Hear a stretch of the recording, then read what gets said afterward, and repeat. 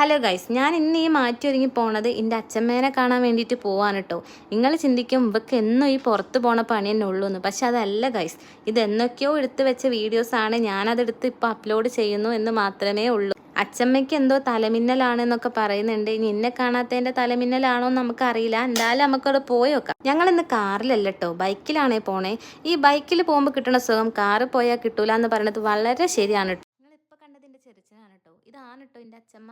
അച്ഛമ്മ എന്നെ കണ്ടപ്പോൾ തന്നെ ഭയങ്കര ആക്റ്റീവാണ്. ഈ സുന്ദരിയായി നിൽക്കുന്നുണ്ട്, ഭസ്മക്കുരിയൊക്കെ തൊട്ട്. എന്നിട്ട് എന്നോട് പറയുകയാണെങ്കിൽ വയ്യേന്നു, രാവിലെ വയ്യേന്നു, അതാണ് ഇതാണെന്നൊക്കെ പറയുകയാണ്. പിന്നെ കൂടുതൽ സമയം അവിടെ നിന്നില്ല. എനിക്ക് മോളിയും കൊണ്ട് ഡോക്ടറെ അടുത്ത് പോകേണ്ട ആവശ്യം ഉണ്ടായിരുന്നു കേട്ടോ. അങ്ങനെ വീട്ടിൽ പോയി ഡ്രസ്സൊക്കെ മാറ്റി ഞങ്ങൾ ഹോസ്പിറ്റലിലേക്ക് പോവുകയാണ്.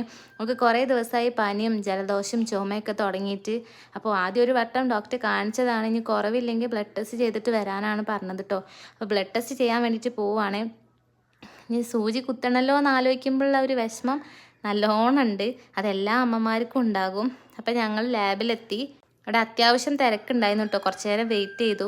അങ്ങനെ ബ്ലഡൊക്കെ എടുത്ത് ഓളൊന്ന് സമാധാനിപ്പിക്കാൻ വേണ്ടിയിട്ട് കൂൾബാറിൽ പോയി ഓക്ക് ചായയും ഒരു കടിയൊക്കെ വാങ്ങിച്ചു കൊടുത്തിട്ടോ.